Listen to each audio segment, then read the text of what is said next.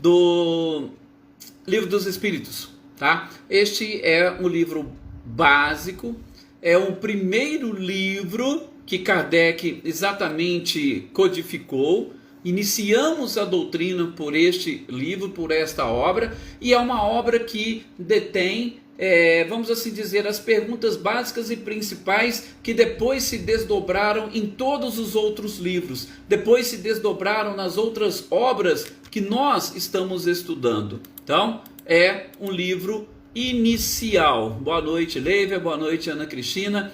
O livro inicial dessa nossa doutrina. E a gente estava estudando, ou nós estamos estudando, a reencarnação, e também a gente já vai adentrar a um título, Justiça da Reencarnação. Sobre a reencarnação, nós vimos já alguns pontos, alguns tópicos, né? E nós paramos ali na questão 167. A questão 167 eu reputo de extrema importância para todos nós, porque ela vai trazer justamente o objetivo, a pergunta de Kardec: qual é o objetivo da reencarnação? Ou o objetivo de nós retornarmos por diversas vezes a um corpo de carne, retornarmos para atuar junto à própria matéria. E a resposta da espiritualidade foi muito categórica: para que nós pudéssemos buscar o nosso aperfeiçoamento e automaticamente contribuir com o aperfeiçoamento e a evolução da própria humanidade, a evolução do planeta, aquela questão das emigrações e imigrações que nós sempre falamos, sobretudo naqueles aspectos de: enquanto nós estamos no plano espiritual, a gente vai aprendendo, trazendo, buscando informações, e a gente encarna, trazemos essas informações para cá. Por isso, a cada nova geração que reencarna nesse planeta, novos serão os conceitos, a tecnologia será mais avançada, tudo vai mudando. Por quê? Porque o objetivo da reencarnação está exatamente nesses dois aspectos principais: o nosso aperfeiçoamento, sobretudo moral, e também o aperfeiçoamento da humanidade. Então essa foi a última questão que nós vimos. E nós vamos dar sequência ainda a essa questão da reencarnação, antes mesmo da própria justiça da reencarnação. E eu gostaria de, mais uma vez, chamar a atenção de todos vocês. Gente, eu assim, na medida do possível, estou fazendo uma leitura, mas eu estou fazendo uma leitura mais com as minhas palavras, para não ficar aquela leitura, aquele algo maçante, tá? Então, o que eu gostaria é que vocês prestassem também atenção nas próprias perguntas, nos questionamentos de Kardec. Eu costumo dizer que com essa capacidade e competência que Kardec tinha, ele não deixou nenhuma pergunta sem ser feita. Só que, muitas das vezes, a gente não consegue entender e a gente não se debruça na interpretação da pergunta, a gente só quer saber a resposta. Vocês imaginem, por exemplo, eu vejo muito isso com os alunos, tanto os alunos dos ensinos fundamentais, ensino médio, quanto alunos do próprio ensino superior. Tem alunos que querem adivinhar a resposta. Eles chegam numa prova, eles não leem nem a questão, eles já vão direto tentando adivinhar a resposta.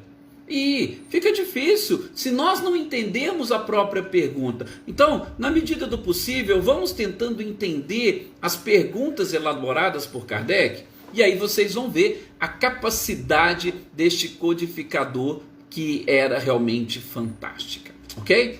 Boa noite, Paulo, boa noite, Anitta, Clarindo, Adair, sejam bem-vindos. Bom, na questão seguinte, na questão 68, que nós vamos iniciar justamente hoje, Kardec pergunta se haveria, porque a gente falou de qual era o objetivo da reencarnação, o objetivo do nosso retorno. E aí na questão seguinte, ele pergunta se o número de reencarnações seria um número limitado ou ilimitado. Por exemplo, quantas vezes eu vou ter que reencarnar? Existe um número mínimo de reencarnações? Então veja, Kardec falou: olha, se o objetivo é esse, tá, mas para eu alcançar esse objetivo, eu vou ter um número limitado de existências ou o número é ilimitado? Então, Olha a perspicácia do codificador. E a espiritualidade vai responder, olha, não existe um número limitado de encarnações. Até mesmo porque, quando a espiritualidade mesmo vai falar, qual foi o objetivo que foi traçado na questão anterior? O objetivo é trabalhar no progresso da humanidade, sim, e trabalhar no nosso próprio aperfeiçoamento. Ora, então, eu vou reencarnar quantas vezes forem necessárias para o meu aprimoramento.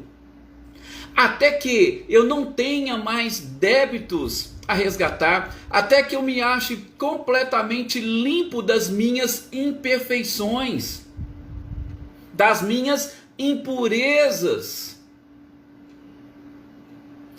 Por quê? Se a gente está falando que o objetivo da reencarnação é esse aperfeiçoamento, nós já trabalhamos também em algumas questões anteriores e a gente vai continuar trabalhando mais algumas questões adiante. Nós vamos ver que neste trabalho ou neste objetivo de buscar aperfeiçoamento, o contato que o espírito tem com a matéria ou com o corpo, que nós estamos chamando de reencarnação, ele será necessário até nós conseguirmos aprender tudo aquilo que a matéria tem a nos ensinar. Até nós conseguimos extrair todas as informações e experiências que a matéria pode nos proporcionar. Então, nós vamos ter ilimitadas reencarnações. Agora, tá? Aí vem a questão seguinte, né? Porque a gente tem essa preocupação de a quantidade e tal, e Kardec vai perguntar, então, se é invariável o número de reencarnações, isso o é para todos os espíritos? É para todos ou é só para... Não, o espírito é para todos. O objetivo, nós não estamos falando que é exatamente o aperfeiçoamento, não é você aprender tudo que a matéria tem a ensinar. Ah, mas aí tem um detalhe que a espiritualidade acrescenta nessa questão 69. Ele diz o seguinte, olha, uns caminham mais rapidamente e os outros caminham mais devagar. Ou seja, as reencarnações não existe um número pré-determinado. O número é ilimitado. Quantas forem necessários. Agora, eu posso caminhar mais rápido ou eu posso caminhar de uma forma mais lenta. Se eu caminhar mais rápido, o que vai acontecer? Eu terei menos reencarnações ou menos contatos com a matéria. Se eu caminhar mais devagar, eu vou ter que vir mais vezes experimentar as dificuldades que o corpo material me apresenta. Então, é isso, Valdete. Quantas vezes forem necessárias para o meu aperfeiçoamento. Só que, como que eu vou, entre parênteses, como é que eu vou interpretar ou entender esse aperfeiçoamento? Quando eu conseguir aprender tudo aquilo que a matéria tem a me ensinar. Só que a gente vai ver depois as encarnações dos diferentes mundos, talvez a gente comece até hoje, a gente vai perceber que não necessariamente todas as encarnações é neste mundo. É num planeta de... Não, nós temos encarnações em quaisquer outros planetas. Então, enquanto nós tivermos alguma coisa a aprender com a matéria deste planeta, nestes corpos, nós vamos encarnar aqui. Não tem mais nada a nos ensinar aqui, a gente vai para outros planos. Então, nós podemos antecipar este fim das reencarnações. Basta nós conseguirmos este aperfeiçoamento. Basta nós conseguirmos aprender tudo aquilo que a matéria tem a nos ensinar. Por quê? Porque como um colaborador de Deus, que aí vem a questão 170 do Livro dos Espíritos. Nós estamos falando de quantidade. Então, o Kardec vai perguntar assim, e o que se torna o espírito na sua última encarnação? Ou seja, quando ele completar o seu ciclo, quando ele aprender tudo aquilo que ele precisa aprender, o que ele vai se transformar? Aí a resposta foi, ele vai se transformar num espírito bem-aventurado. O que é bem-aventurado? Feliz. Ele vai se transformar num espírito puro. Depois que você aprendeu tudo que a matéria tem a lhe ensinar, você vai ser um espírito puro. Por quê? Porque a matéria não mais será capaz de te influenciar. Você já conquistou a pureza. E aí só você é capaz de influenciar a matéria. A matéria não mais exercerá influência sobre você. E quando a matéria não exercer mais influência sobre você, você dominar completamente a matéria, você vai ser um colaborador direto do Criador. Você vai trabalhar, né, como diz a Maria Eleusa, nessas diversas moradas da casa de Deus. Por quê? De novo, porque você chegou no patamar onde, como espírito puro, não sofrerá mais influência da matéria. Apenas você é quem poderá influenciar a matéria. Ela não vai ter nenhum tipo de influência sobre você. Ok? Então, veja que interessante essa questão das que envolve as reencarnações. Gente, então, quanto mais eu aproveitar cada uma das minhas existências, menos eu terei que voltar neste processo reencarnatório. E a gente sabe que não é algo muito simples. Nós sabemos o quanto de influência nós recebemos. E, claro, nós sabemos o quanto nós ainda, infelizmente, falhamos exatamente nesse processo de tentar superar os obstáculos ao próprio progresso. E quais são os principais obstáculos para o progresso? Orgulho e egoísmo. O orgulho e o egoísmo está relacionado com o quê? Exatamente o domínio que a matéria exerce sobre nós. Só isso. Se podemos dizer só, né? Só isso. Ok? Então, a reencarnação, ou sobre a reencarnação, essas foram as questões mais interessantes e importantes que Kardec nos trouxe. E aí a gente vai dar um passo. E nesse próximo passo, a gente vai falar sobre a justiça das reencarnações. E sobre a justiça da reencarnação, basicamente nós temos uma pergunta de Kardec.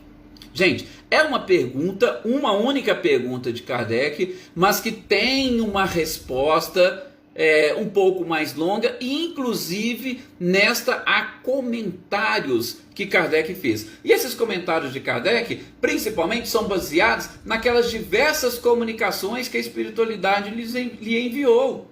Comunicações, como nós já sabemos, que vieram de todas as partes do mundo. E aí, a pergunta é essa, olha, em que se fundamenta esta verdade ou este dogma da reencarnação? Qual é o principal fundamento? Nós já falamos, o objetivo qual que é? Aperfeiçoamento nosso, íntimo, e o aperfeiçoamento da humanidade. Tá, mas em que se fundamenta essa necessidade de buscar esse aperfeiçoamento e de buscar esse auxílio e colaboração? E aí a espiritualidade vai responder, sobretudo. Se é sobretudo, por quê? Porque existem outros fundamentos. Mas o principal fundamento da reencarnação, a espiritualidade coloca que é justamente a justiça divina.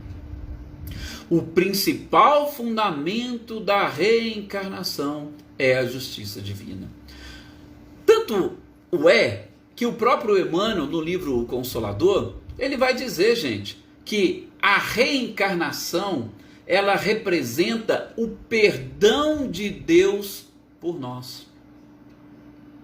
Olha que coisa fantástica. Por quê? Vamos lá, nas palavras de Emmanuel. Se Deus não nos perdoasse, aí o que aconteceria conosco? Nas nossas falhas, nos nossos erros, sobretudo naqueles que nós não nos arrependêssemos, todos nós seríamos encaminhados, seríamos enviados para aquilo que nós conhecemos como o inferno. Só que o inferno, como algumas religiões nos ensinam, o inferno eterno. Sim, eu morri, eu desencarnei, fui totalmente maldoso na existência, na encarnação. Não fiz absolutamente nada de bom. Tudo que eu fiz foi prejudicar os outros. Eu morri. E o que vai acontecer comigo? Com certeza não precisa nem de muita gente para poder falar, né? Opa, inferno. Este vai para o inferno. E a gente tem até uma mania, né, de falar e já condenar os outros. Ó, fulano de tal vai para o inferno, porque, nossa, esse não presta. Só maldade. Então, se essa pessoa, nós estamos condenando-a ao inferno, e este inferno é eterno, eu pergunto para vocês. Deus, sendo soberanamente bom e justo, poderia permitir que um de seus filhos, independentemente do que ele fez, ele poderia permitir que ele fosse destinado ao inferno, ao sofrimento eterno? Vocês acham? Vamos mudar a pergunta. Vocês, pais ou mães, têm 2 filhos. 2 filhos gêmeos. Vamos dizer assim, né, para ficar bem mais marcante o exemplo. Que você criou com todo carinho e de forma igual, idêntica. Você deu tudo a eles de forma idêntica. E mais, você os ama da mesma forma, os 2. Só que um é bom e o outro, infelizmente, enveredou para o caminho do mal. Você, como pai, ou você, como mãe, você daria uma chance para o seu filho que é mau se regenerar? Você daria oportunidades para que este filho que é mau pudesse realmente voltar para o caminho do bem? Você ama os 2 de maneira idêntica. Você os criou, você os gerou, você acompanhou toda a infância deles. Você, como criatura humana, permitiria que o seu filho que é mau, ruim, que ele tivesse uma oportunidade? Opa, muitos aqui já responderam, claro, com certeza. E aí eu vou dizer para vocês, imaginem Deus, que é a justiça soberana, que é a perfeição. Como que Deus não concederia oportunidade para outras pessoas, para os seus próprios filhos se regenerarem, se aperfeiçoarem? Então aí está exatamente a justiça da reencarnação. É essa oportunidade, por quê? Porque, como diz a espiritualidade respondendo a Kardec, Deus deixa as portas abertas para o arrependimento, para que os seus filhos mais rebeldes sejam trazidos de volta para o caminho reto, para o caminho do bem. E a Ana Cristina ainda diz mais, acho que não devemos desistir nunca. Sim, gente. Eu lembro direitinho o Chico falar sobre oportunidades em que ele teve visitando presídios, e as pessoas tinham até aquela preocupação, mas Chico, você vai lá no presídio, não sei o que, deve estar cheio de obsessor, deve estar... O Chico, não, os obsessores já fizeram o trabalho deles julgando eles lá, ou contribuindo para eles chegarem até lá. Os presídios, eles estão cheios, são justamente de mães que estão lá velando pelos seus filhos, querendo trazê-los de volta para o caminho do bem. Olha para vocês verem as palavras do Chico. Tem algumas histórias, né? Chico, por exemplo, foi conhecer algumas cidades, e nas cidades ele foi concedido a ele o título de cidadão honorário, cidades inclusive cheias de atrativos turísticos. E aí, né, chegou o prefeito, mais algumas autoridades, e perguntaram, Chico, nossa cidade é cheia de atrativos turísticos, e assim, e a gente não dá para te levar em todos os lugares. Você queria escolher algum lugar que você quisesse conhecer? Nós vamos te levar lá. Aí Chico chegava e dizia, eu quero ir no presídio. Olha para vocês verem. Mas Chico, com tantos lugares bonitos para você ir conhecer, não, eu quero ir no presídio. Por quê? Porque lá tinha exatamente alguém que estava sofrendo, e ele pediu em alguns lugares, vocês poderiam abrir a porta para que eu pudesse abraçar cada um dos presos? Lógico que Chico era excepcional. Mas o que isso está querendo mostrar para nós? Está exatamente querendo mostrar que, gente, se nós criaturas somos dessa forma, uma criatura igual ao Chico, por que Deus seria diferente? Deus não daria oportunidade para os seus filhos? Então, a reencarnação se fundamenta exatamente nisso, é na justiça. Olha, eu vou te dar, como diz aqui Ana Cristina, todas as oportunidades, eu nunca vou desistir de você, como o próprio Cristo disse, nenhuma ovelha do meu rebanho se perderá. Não desistir jamais. Ok? E, claro, quando a gente fala em reencarnação, e sobretudo nessa questão da justiça, a gente pensa, gente, não somente no presente, mas também nós pensamos no passado e no futuro. Sim, por quê? Se analisar, se você falar assim, não, eu vou analisar, eu vou olhar só o meu presente, o que você teria aí no seu presente? O que você está identificando nesta existência, nesta encarnação? Ótimo. Tudo que você está identificando, nós vamos aprender que o acaso não existe, tá? Tudo o que nós estamos vendo, tudo que nós estamos identificando são exatamente necessidades. Ótimo, perfeito. Agora, a reencarnação ou a justiça da reencarnação nos faz também olhar para o passado. Por quê? Porque aquilo que eu estou recebendo no presente é justamente o fruto do meu próprio passado. O que eu plantei, eu estou colhendo. Mas não é só isso, por quê? Porque eu sei que tudo aquilo que eu plantar no presente, eu colherei no futuro. Justiça em todos os aspectos, justiça da reencarnação. Olha só que oportunidade que nós estamos tendo com isso. Se eu plantar o bem hoje, o que eu vou colher amanhã? Se eu levar uma vida reta hoje, como que eu poderei, ou o que eu poderei esperar na minha existência de amanhã? Se eu cultuo amigos aqui hoje, o que eu posso esperar no meu futuro? Ao passo que, se eu pratico o mal hoje, o que eu posso esperar no meu futuro?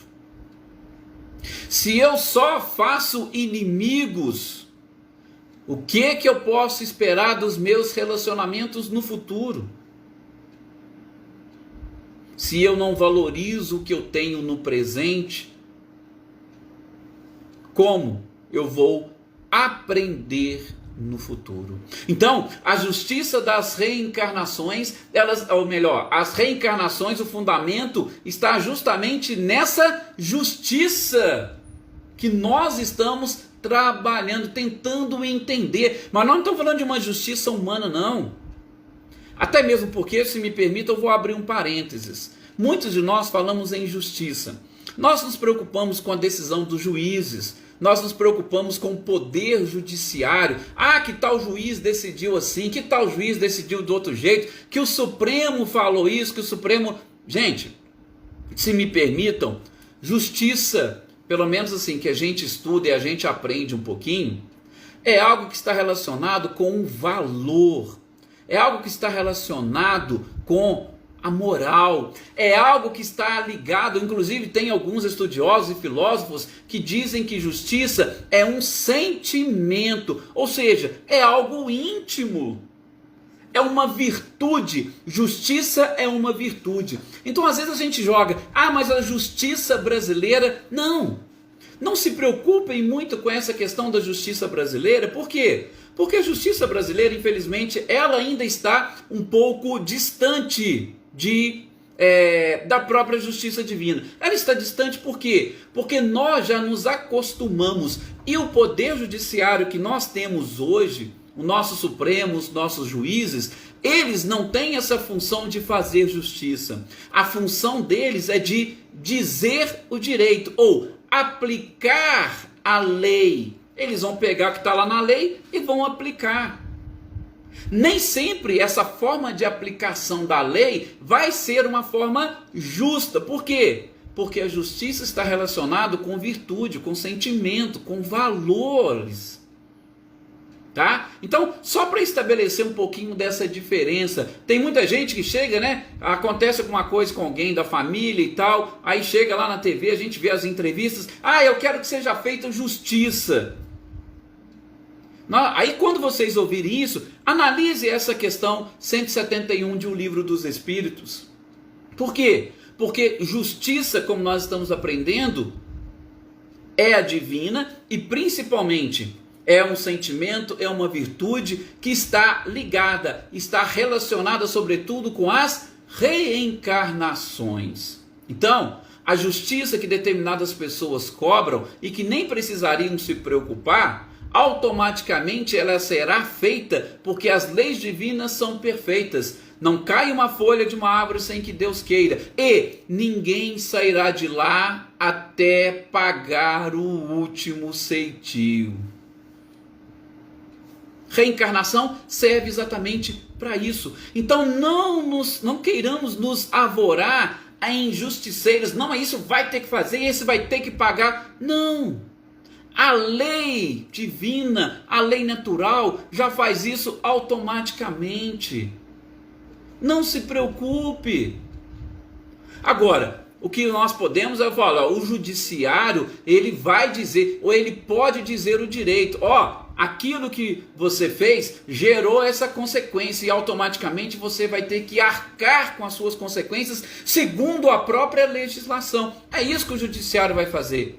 Ele não vai trazer justiça. Por quê? Porque a justiça ela só ocorrerá, na grande maioria das vezes, através desses processos reencarnatórios.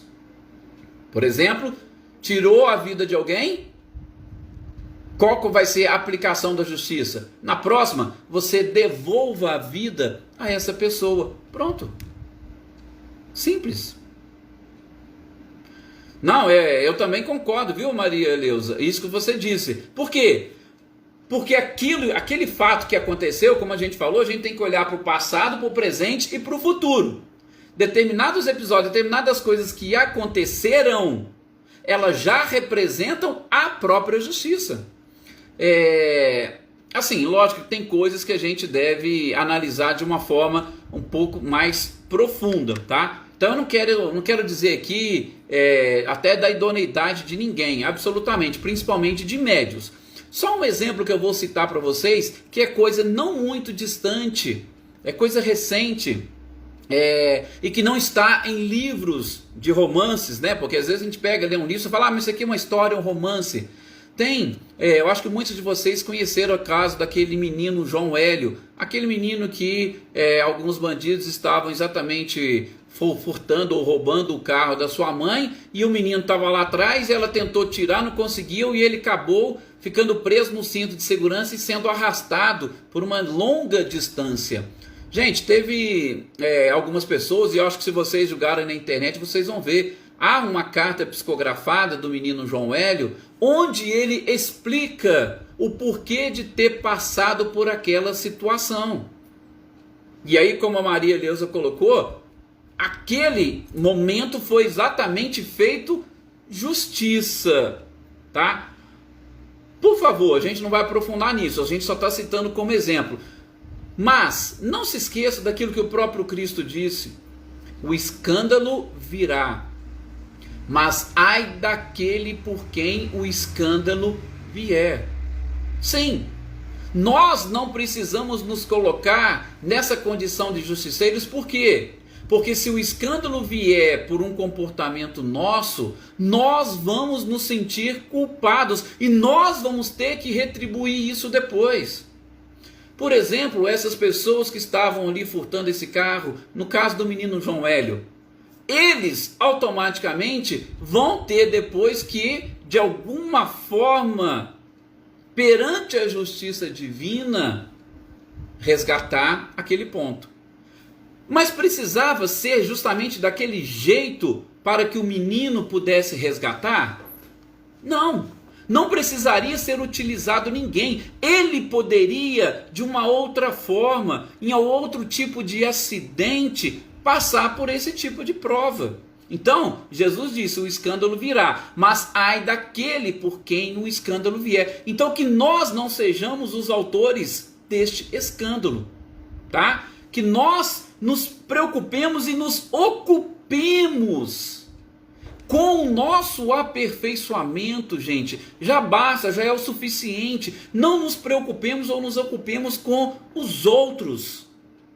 Se cada um de nós cuidarmos do nosso crescimento, da nossa evolução, esse nosso planeta, logo logo vai ser um planeta fantástico. Tá? Então, é mais ou menos assim que funciona. E a justiça da reencarnação, ela se fundamenta exatamente, a reencarnação se fundamenta exatamente neste ponto. Tá? Por isso que eu estou até aqui gastando um pouquinho mais de tempo para a gente abordar esse tema. Eu sei que é um tema delicado, como eu já disse aqui em outras oportunidades, muitos que estão aqui nos acompanhando não são espíritas e não têm muito contato e acesso com essas informações espíritas. Então eu estou indo bem devagar, tentando passar para vocês as perguntas de Kardec, a resposta ou as respostas da espiritualidade, para que vocês possam passar pelo crivo da razão. Analisem isso dentro de cada um de vocês e tentem identificar a lógica e a perfeição divina. Não é para vocês concordarem com aquilo que nós estamos falando, não é para concordarem com aquilo que o Livro dos Espíritos está falando. Não, peraí, deixa eu sentir. Por quê? A gente vai ver na questão 621, onde estão escritas as leis de Deus? Elas estão escritas dentro da nossa consciência. Então nós temos que fazer esse exercício de buscar as respostas dentro de nós mesmos. E aí quando nós, a gente está falando esses dias, nos convencermos, nós vamos começar a colocar em prática esses ensinamentos. E aí com certeza vai ficar muito mais fácil, vai ficar muito mais simples. A Marinha colocou um comentário, eu até voltei aqui, exatamente para a gente realmente mostrar, né, aqui alguns detalhes. Ela falou que conhece espírita que não entra em um bar nem para pedir informação, porque lá é local de bêbados. Então a gente tem que tomar muito cuidado, né, Marinha? Principalmente com determinados preconceitos. Vocês lembram da história do Chico? Que o pai estava até preocupado, Chico, você já está chegando na mocidade, você precisa ir para aquilo que ele chamava de uma casa de tolerância para poder perder a sua virgindade. Levaram o Chico lá. E o que aconteceu? O pai dele se descuidou um pouquinho lá conversando com a dona, passou, não deu muito tempo, estava todo mundo sentado, alguns até ajoelhados e todo mundo rezando. Veja, se Chico tivesse esse preconceito, né, Marinha? Seria difícil. Então, a gente precisa aprender. Nós buscar o nosso próprio aperfeiçoamento. Então, a gente tem que tomar todos esses cuidados, sim. Se você puder evitar determinados lugares que vão exercer sobre você algum tipo de influência e que podem, infelizmente, até atrapalhar, lógico, você evite. Se você não está preparado para lidar com aquelas influências, com aquela energia, evite. Mas nós temos tantas coisas para aprender com estes ensinamentos que a gente precisa ter uma visão mais ampla e, sobretudo, aprender que se Deus perdoa todos, por que nós vamos nos colocar em condições de juízes para julgar e condenar os outros? Realmente é muito complicado, é muito delicado determinadas situações. Bom, nós chegamos aqui ao final, estou olhando o relógio aqui, já são 18h40, nós precisamos terminar. É isso mesmo, juiz, delegado, advogado, seriam justiceiros encarnados? Nem sempre, Marinha, tudo vai depender o quê? Da forma como cada um pensa, da forma como cada um avalia, porque nós temos características das mais distintas entre esses profissionais. Tem aqueles que realmente vão saber, vão conseguir orientar. Tem aqueles que infelizmente vão achar que são justiceiros mesmo e que eles estão ali representando a divindade. Representando a divindade, olha, você vai fazer, você tem que pagar. Mas tudo isso é algo que aos poucos a gente e a humanidade vai percebendo. Essas profissões Com o passar do tempo, elas vão ser exercidas por pessoas que têm um pouco mais de consciência. Nós vamos diminuir, inclusive, os tipos de crimes. Nós vamos diminuir a violência na nossa própria sociedade. Então, tudo isso são detalhes que, com o aperfeiçoamento e com a evolução, nós vamos aprendendo. E a gente vai ver, tá?